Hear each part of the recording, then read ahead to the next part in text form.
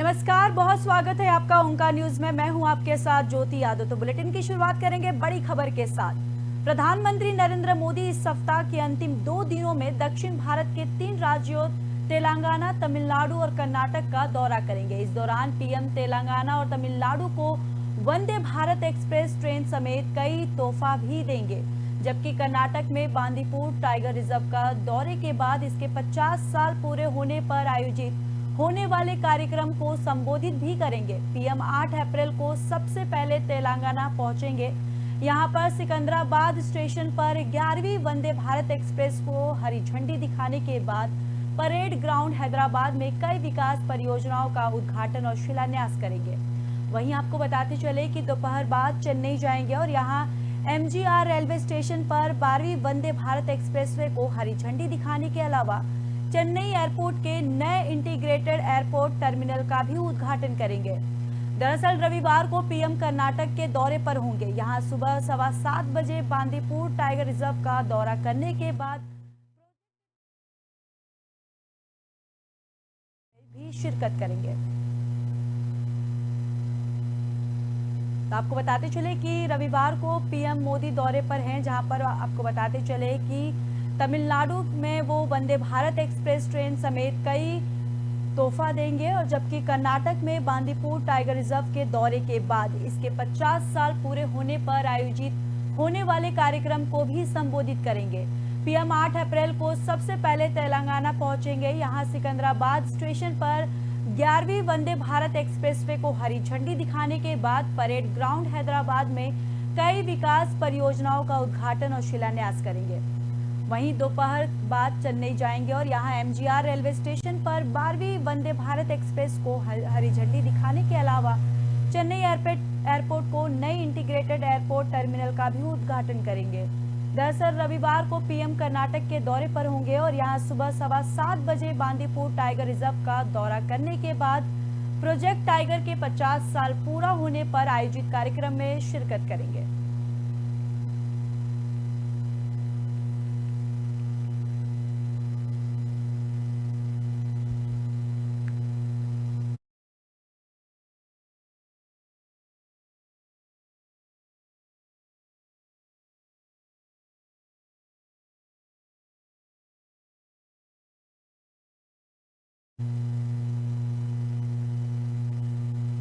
चलिए बढ़ते अगली खबर की ओर। भारतीय जनता पार्टी 6 अप्रैल को अपना स्थापना दिवस मनाने जा रही है। इस खास मौके पर प्रधानमंत्री नरेंद्र मोदी 10,40,000 बूथों के कार्यकर्ताओं को वर्चुअली संबोधित करेंगे। इस दौरान बीजेपी के सभी सांसद भी मौजूद रहने वाले हैं। असल में पिछले 9 सालों में मोदी सरकार की क्या सफलता रही और किस तरह से लोगों के जीवन में परिवर्तन आया है, इस पर फोकस रहने वाला है। बताया ये भी जा रहा है कि मोदी सरकार अलग अलग योजनाओं का आम लोगों पर पड़ने वाले सकारात्मक और दूरगामी असर का प्रचार करने जा रही है। पार्टी का तर्क है कि सरकार की कोई ऐसी भी योजनाएं हैं जिनका जनता को दोहरा फायदा हुआ है। इसे सेकंड ऑर्डर प्रभाव कहा जाएगा।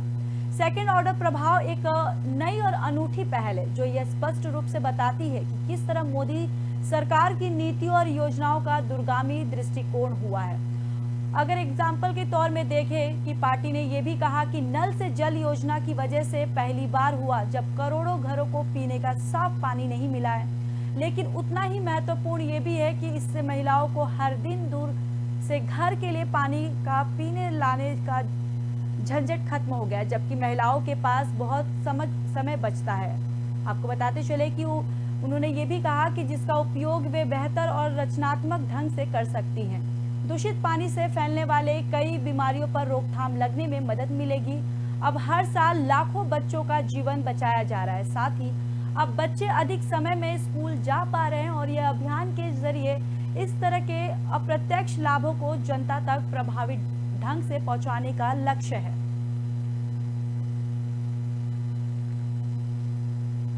तो आपको बताते चले कि मई में मोदी सरकार का 9 साल पूरा हो रहा है, जिसको लेकर वो कार्यकर्ताओं को पीएम मोदी वर्चुअली संबोधित करेंगे।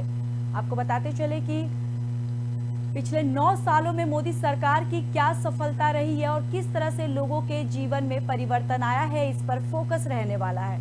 बताया जा रहा है कि मोदी सरकार के अलग अलग योजनाओं का आम लोगों पर पड़ने वाले सकारात्मक और दूरगामी असर का प्रचार करने जा रही है। पार्टी का तर्क है कि सरकार की ऐसी भी योजनाएं हैं जिनका जनता को दोहरा फायदा हुआ है और इसे सेकंड ऑर्डर प्रभाव कहा जा रहा है। वहीं सेकंड ऑर्डर प्रभाव एक नई और अनूठी पहल है जो यह स्पष्ट रूप से बताती है कि किस तरह मोदी सरकार की नीति और योजनाओं का दूरगामी दृष्टिकोण रहा। वहीं उदाहरण देते हुए पार्टी ने यह भी कहा कि नल से जल योजना की वजह से पहली बार हुआ जब करोड़ों घरों के पीने का साफ पानी मिला है, लेकिन उतना ही महत्वपूर्ण ये भी है कि इससे पहले महिलाओं को हर दिन दूर से घर जाना पड़ता था पानी के लिए, जिस वजह से इस झंझट से कहीं ना कहीं उनका समय बचा है और अब महिलाओं के पास बहुत समय बच गया है जिसका उपयोग वे बेहतर काम और रचनात्मक ढंग से कर सकती हैं। वहीं दूषित पानी से फैलने वाले कई बीमारियों पर रोकथाम लगने में मदद मिलेगी। अब हर साल लाखों बच्चों का जीवन बचाया जा रहा है। साथ ही अब बच्चे अधिक समय में स्कूल जा पा रहे हैं और यह अभियान के जरिए इस तरह के अप्रत्यक्ष लाभों को जनता तक प्रभावी ढंग से पहुंचाने का लक्ष्य है।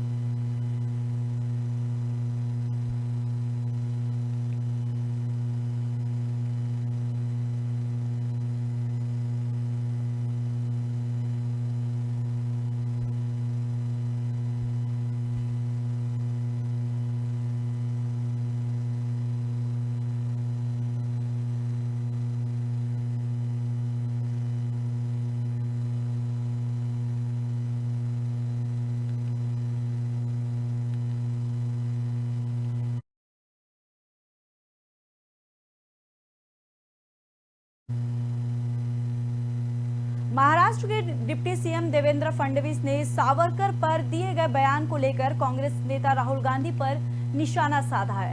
उन्होंने कहा कि राहुल ना तो सावरकर बन सकते हैं और ना ही गांधी। दरअसल संसद की सदस्यता जाने के बाद प्रेस कॉन्फ्रेंस में राहुल ने कहा था कि मेरा नाम सावरकर नहीं है, मेरा नाम गांधी, और गांधी किसी से माफी नहीं मांगते। डिप्टी सीएम ने राहुल के इसी बयान पर जवाब दिया है। फडणवीस ने कहा कि सावरकर बनने के लिए कुर्बानी देनी पड़ती है। बताते चले कि महाराष्ट्र के हर जिले में वीर सावरकर गौरव यात्रा निकाल रही है। मंगलवार को यात्रा नागपुर में थी और इसमें केंद्रीय सड़क परिवहन और राजमार्ग मंत्री नितिन गडकरी भी मौजूद थे। गडकरी ने भी राहुल पर सावरकर का अपमान करने का आरोप लगाया। यात्रा को संबोधित करते हुए फडणवीस ने कहा, राहुल गांधी कहते हैं कि वह माफी नहीं मानेंगे, वो सावरकर नहीं है। आप ना तो सावरकर हो सकते हैं और ना गांधी। सावरकर बनने के लिए कुर्बानी देनी पड़ती है। और नागपुर में ये यात्रा को संबोधित करते हुए नितिन गडकरी ने कहा कि राहुल ने वीर सावरकर का अपमान किया है। वीर सावरकर का अपमान करने से उनका कद छोटा नहीं हुआ, बल्कि उन्हें घर घर ले जाने का अवसर मिला है। राहुल गांधी को इसे जारी रखना चाहिए। तो आपको बताते चले कि महाराष्ट्र के डिप्टी सीएम ने राहुल गांधी पर निशाना साधा है। दरअसल उन्होंने जो सावरकर पर अपना बयान दिया था उसको लेकर डिप्टी सीएम ने उन पर निशाना साधा है। उन्होंने कहा है कि राहुल ना तो सावरकर बन सकते हैं और ना ही गांधी। दरअसल संसद की सदस्यता जाने की नहीं मांगते। डिप्टी सीएम ने राहुल के इसी बयान पर जवाब दिया है। फडणवीस ने कहा कि सावरकर बनने के लिए कुर्बानी देनी पड़ती है। बताते चले कि महाराष्ट्र के हर जिले में वीर सावरकर गौरव यात्रा निकाल रही है। मंगलवार को यात्रा नागपुर में थी और इसमें केंद्रीय सड़क परिवहन और राजमार्ग मंत्री नितिन गडकरी भी मौजूद थे। गडकरी ने भी राहुल पर सावरकर का अपमान करने का आरोप लगाया। यात्रा को संबोधित करते हुए फडणवीस ने कहा, राहुल गांधी कहते हैं कि वह माफी नहीं मांगेंगे, वह सावरकर नहीं है। आप ना तो सावरकर हो सकते हो ना गांधी। सावरकर बनने के लिए कुर्बानी देनी पड़ती है। वहीं आपको बताते चले कि नागपुर में यात्रा को संबोधित करते हुए नितिन गडकरी ने कहा कि राहुल गांधी ने वीर सावरकर का अपमान किया है।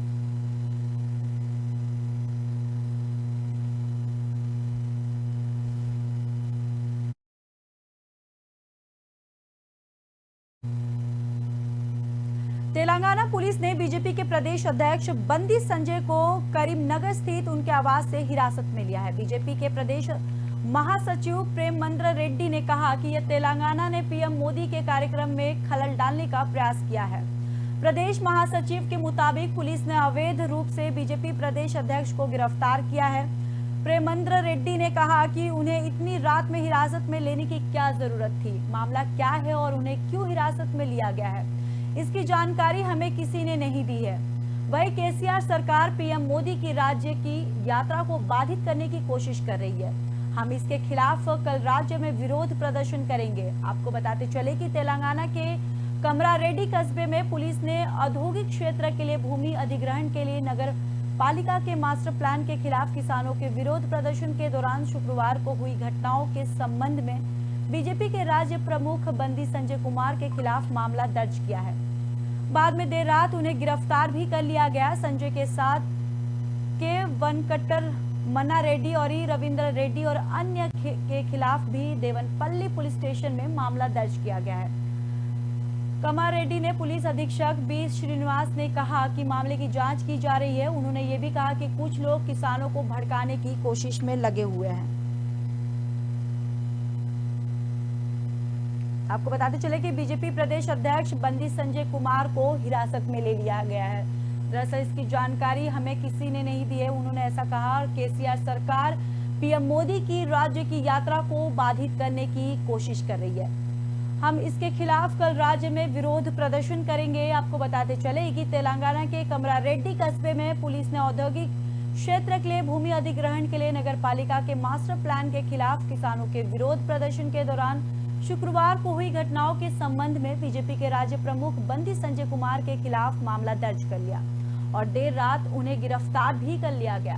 दरअसल संजय के साथ वनकेटर मन्ना रेड्डी और ई रविंद्र रेड्डी और अन्य के खिलाफ भी देवनपल्ली पुलिस स्टेशन में मामला दर्ज कर लिया गया है। वहीं कमरारेड्डी के पुलिस अधीक्षक बी श्रीनिवास ने कहा कि मामले की जांच की जा रही है। साथ ही उन्होंने ये भी कहा कि कुछ लोग किसानों को भड़काने की कोशिश में लगे हैं।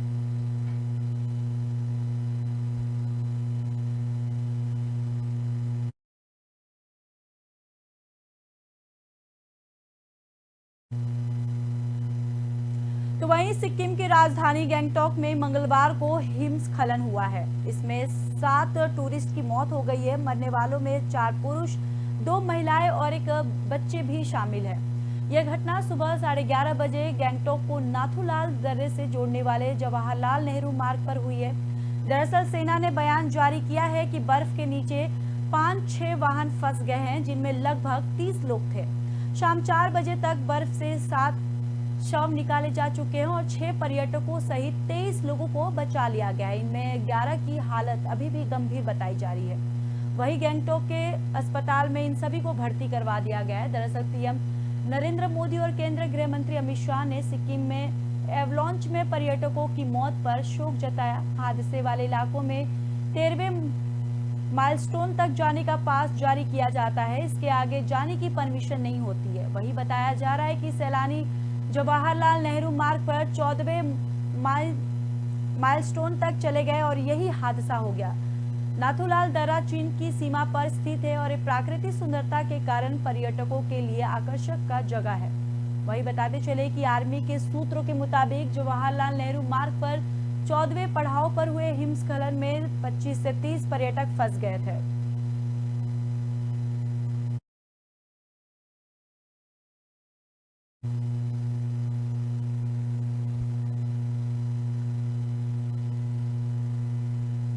तो वहीं आपको बताते चले कि देश में पिछले कुछ दिनों से बारिश का दौर जारी है और आज भी दिल्ली, पंजाब, राजस्थान, पश्चिम बंगाल और मिजोरम, त्रिपुरा, हरियाणा में हल्की बारिश की संभावना है।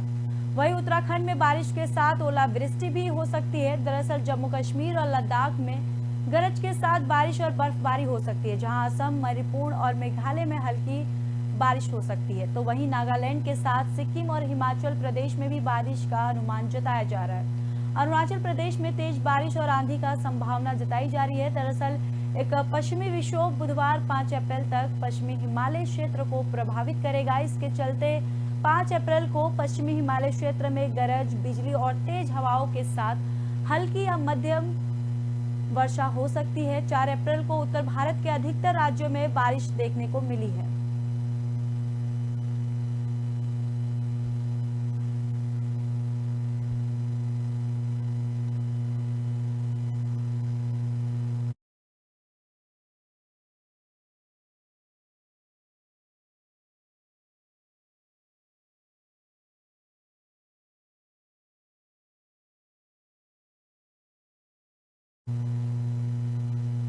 केंद्रीय मंत्री रामेश्वर तेली ने G20 देशों से आह्वान किया है कि वह रोजगार कार्य समूह के 3 प्राथमिकता वाले क्षेत्र कौशल अंतराल, गीग और प्लेटफॉर्म इकोनॉमिक और सामाजिक सुरक्षा के सतह वित्त पोषण पर विचार विमर्श जारी रखे ताकि उन्हें स्पष्ट रणनीति में तब्दील किया जा सके। केंद्रीय मंत्री ने दूसरी EWD बैठक के उद्घाटन सत्र को संबोधित करते हुए कहा कि फरवरी में जोधपुर में पहली बैठक के दौरान उल्लेखनीय प्रगति हुई है। G20 प्रतिनिधियों, ज्ञान भागीदारों और मेहमानों के सामूहिक प्रयासों ने कार्यकारी समूह के 3 प्राथमिकता वाले क्षेत्रों के लिए एक ठोस नींव रखी गई है। उन्होंने कहा कि संबंधित मंत्रालय द्वारा अपने देशों में विचार विमर्श को आगे बढ़ाया जाए। उन्होंने ये भी कहा कि G20 देशों में इसके अंतिम माध्यम से वैश्विक अर्थव्यवस्था को परिभाषित करने के लिए महत्वपूर्ण है। वही प्रमुख प्राथमिकता वाले क्षेत्रों पर ठोस परिणामों की ओर बढ़ने के लिए सामूहिक और रचनात्मक संवाद की आवश्यकता है। उन्होंने कहा कि G20 देशों को इन चर्चाओं को पूरी सावधानी और जिम्मेदारी के साथ जारी रखना चाहिए, जबकि सार्वजनिक नीति को इस तरह से डिजाइन करने की जरूरत है कि ताकि यह कमजोर और गरीबों तक पहुंचे।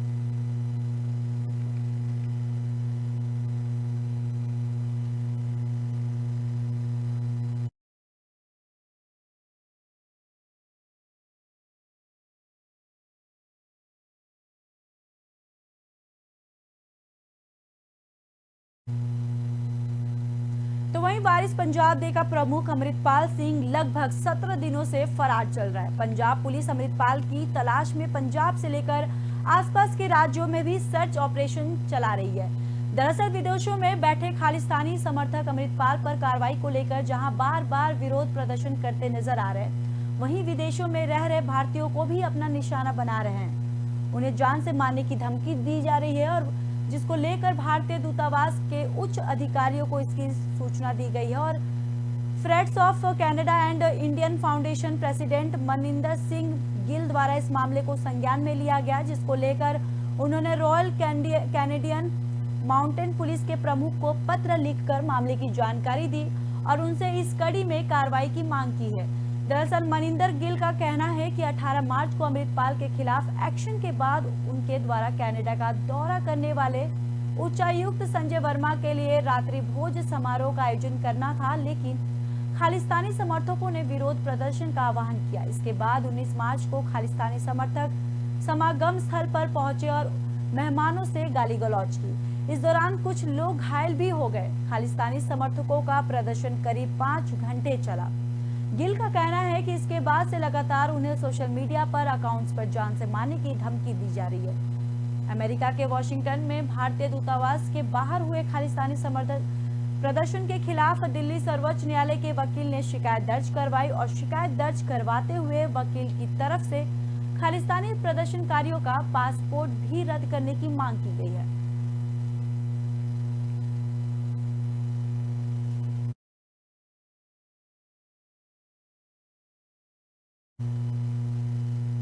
फिलहाल इस बुलेटिन में इतना ही। बाकी देश और दुनिया की खबरों के लिए देखते रहिए ओंकार न्यूज।